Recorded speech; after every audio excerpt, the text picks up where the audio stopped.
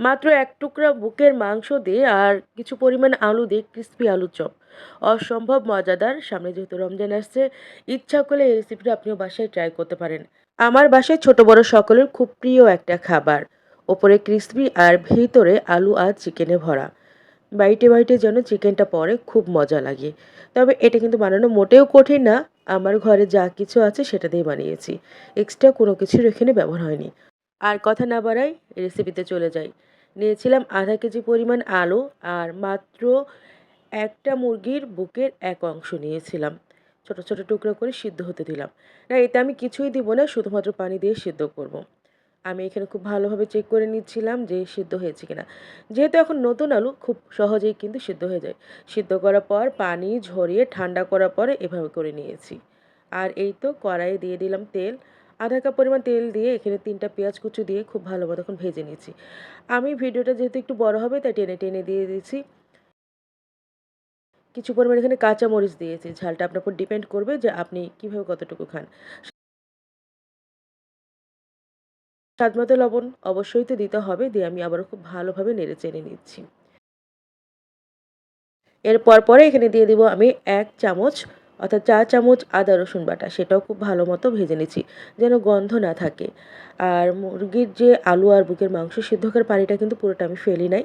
সেটা এখানে কিছুটা ব্যবহার করলাম। আমি আবারও ব্যবহার করব। এখানে অর্ধেকটা ব্যবহার করেছি, আমি আবারও ব্যবহার করব।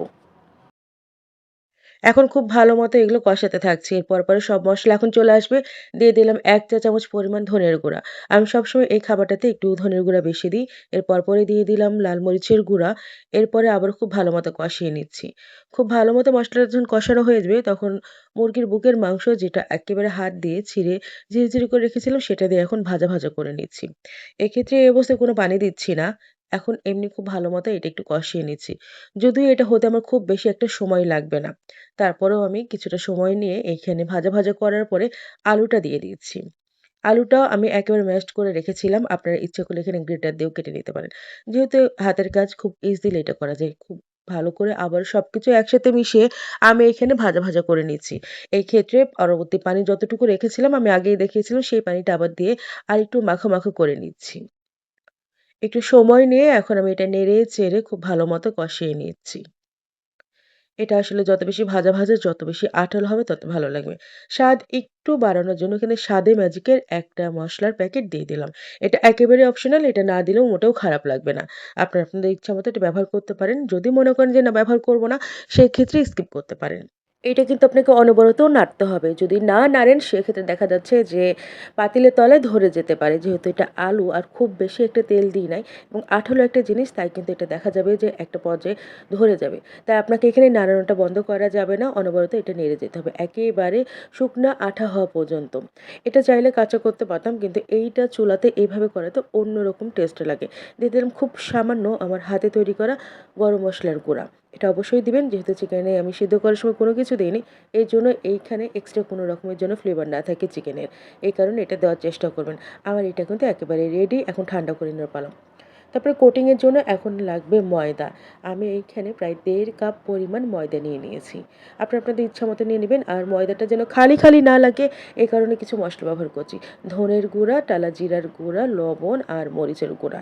এটা একেবারে অপশনাল। কেউ যদি মনে করেন যে না শুধুমাত্র একটু লবণ দিব কিংবা কোনো কিছুই দিব না সেক্ষেত্রে হবে। তবে এভাবে যদি দেন সেক্ষেত্রে দেখবেন যে আপনার উপরে কোটিংটাও এত বেশি মজা লাগে খেতে, আপনি খেলে বুঝতে পারবেন।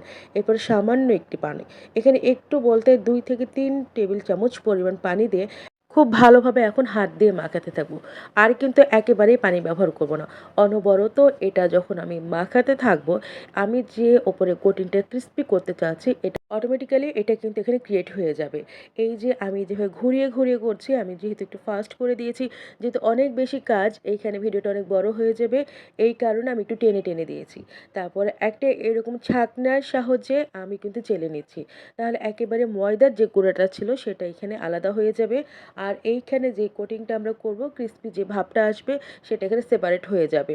আমি আগে বলে নিচ্ছি, আমার যেহেতু একটু ঠান্ডা লেগেছে, ক্ষমা সুন্দর দৃষ্টিতে দেখবেন। আর এই যে এইখানে কিন্তু আমার কোটিংটা রেডি হয়ে গেল। চালুনি দিয়ে চালার ফলে যে এইখানে আটার গুঁড়া আছে এটাও কিন্তু ফেলার না, এটাও আমাদের ব্যবহার করতে হবে।